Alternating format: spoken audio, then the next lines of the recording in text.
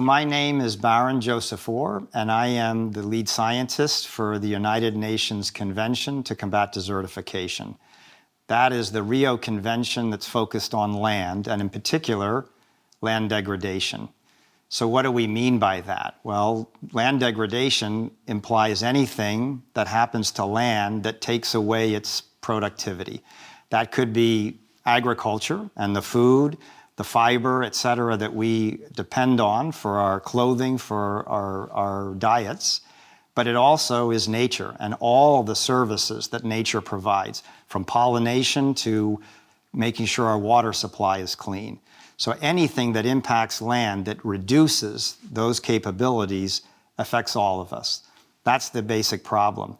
Desertification, which is in the name of the convention, is land degradation that takes place in dry land. So it's the same thing, but in places where water is limited and therefore much more sensitive to land degradation. So we've got a problem that has been around for a very long time. And the way that we've approached it in the past is where we see it, we attempt to fix it. Where we already have converted the land and we're using agricultural practices, can we improve those for sustainability? Can we put conservation in place where we have not degraded the land? But the problem is we did not keep up with the actual spread of land degradation.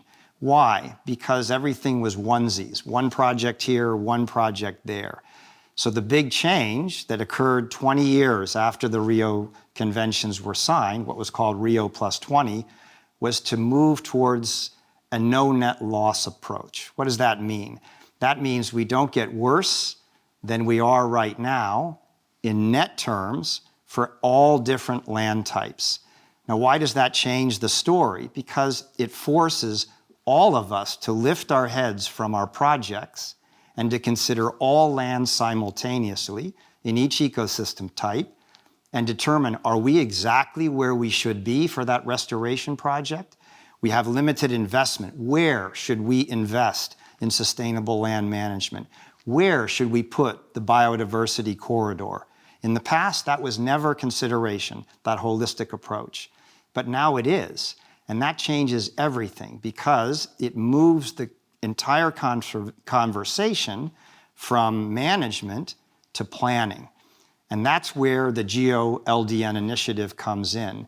The GEO-LDN initiative has put a lot of energy into getting all the Earth observation organizations of the world to focus their energies in a common way, in a collaborative way, on addressing these problems, providing the data necessary.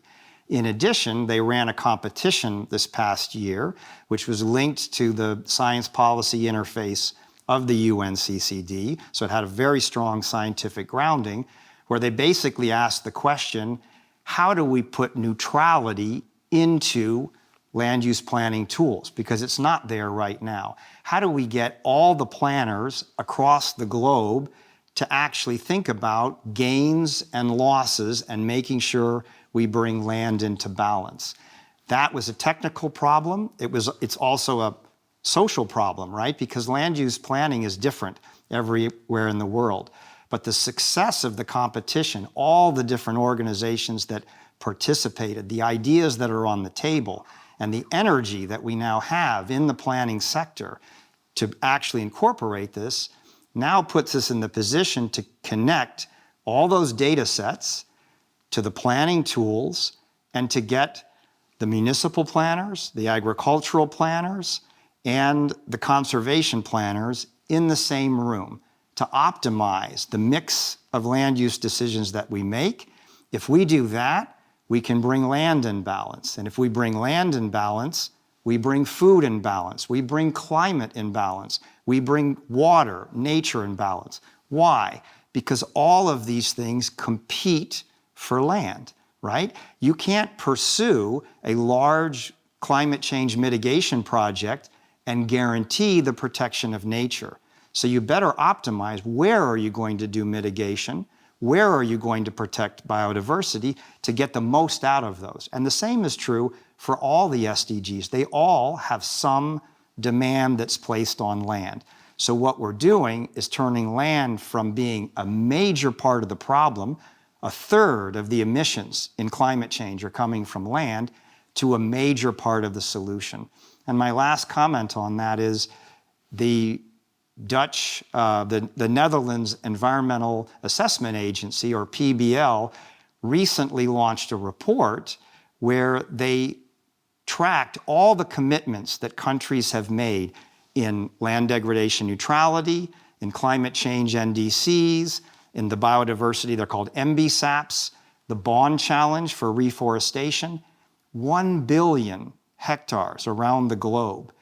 And what they did is they figured out where are those on the ground so that they could incorporate that into the scenario generation necessary to link restoration for the future and the climate change risks, the socioeconomic risks, et cetera, associated with climate change.